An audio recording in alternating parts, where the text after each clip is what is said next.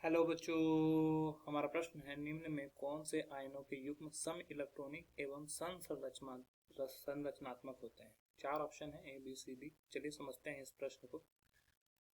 इस प्रश्न की अगर मुख्य अवधारणा की बात की जाए तो मुख्य अवधारणा में हमें सीखना होगा कि सम इलेक्ट्रॉनिक किसे बोलते हैं और सम संरचनात्मक क्या होता है।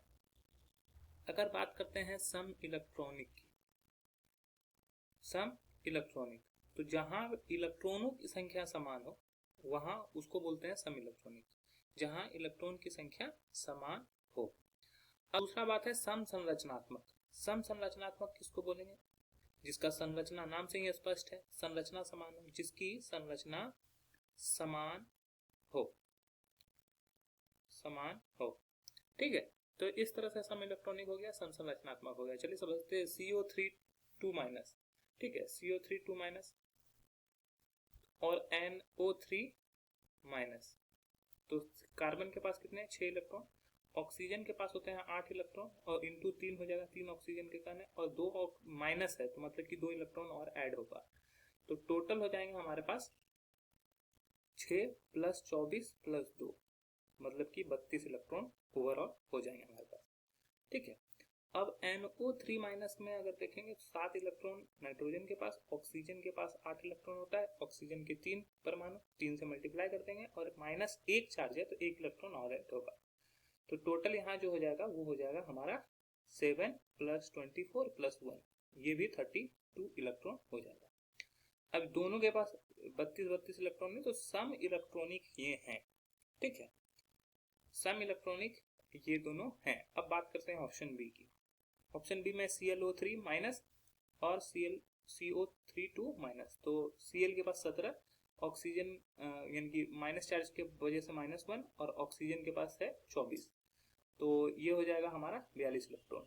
CO3 2 माइनस के पास अगर देखेंगे तो ऊपर में हम लोगों ने निकाला है 32 इलेक्ट्रॉन होता है। ठीक है, तो CO3 2 माइनस के पास कितना हुआ 32 इलेक्ट्रॉन, तो सम इलेक्ट्रॉनिक नहीं है, तो गलत हो जाएगा ये ऑप्शन। ठीक है, अब ऑप्शन 3 SO3 2 माइनस और दूसरा है NO3 2 माइनस।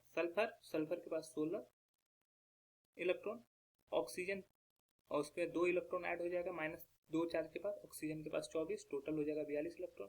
अब NO3 के पास देखेंगे तो NO3 के पास हम लोग निकाल चुके हैं 32 इलेक्ट्रॉन, तो 32 इलेक्ट्रॉन तो ये भी सम इलेक्ट्रॉनिक नहीं, तो ये भी गलत हो जाएगा। अब ClO3 माइनस और SO3 2 माइनस। ClO मतलब कि 17, एक माइनस चार्ज की वजह से और ऑक्सीजन की वजह से 24, तो टोटल हो जाएगा यहाँ पे 42 इलेक्ट्रॉन।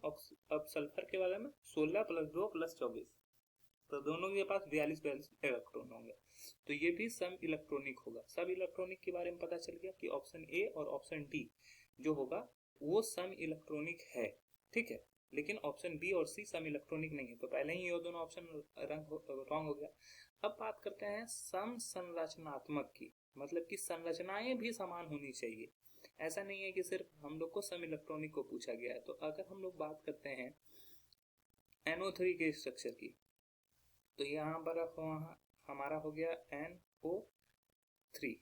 ठीक है, तो नाइट्रोजन से एक ऑक्सीजन पूरी तरीके से डबल बॉन्ड से, एक ऑक्सीजन सिंगल बॉन्ड से और एक जगह पर कोऑर्डिनेशन बॉन्ड, और CO3 अगर जुड़ेगा CO3 माइनस तो यहाँ पर 2 ऑक्सीजन माइनस चार्ज के साथ जुड़ेगा जबकि एक ऑक्सीजन के साथ कंप्लीटली साझा करेगा, तो ये इसकी स्ट्रक्चर होती है। ठीक है, अब वही अगर बात करते हैं, दोनों की संरचना भिन्न भिन्न हो गई। अब बात करते हैं ClO3 माइनस की, तो इसमें एक ऑक्सीजन के साथ डबल बॉन्ड, दूसरे ऑक्सीजन के साथ भी डबल बॉन्ड, तीसरे ऑक्सीजन के साथ सिंगल बॉन्ड और एक लोन पेयर रहता है।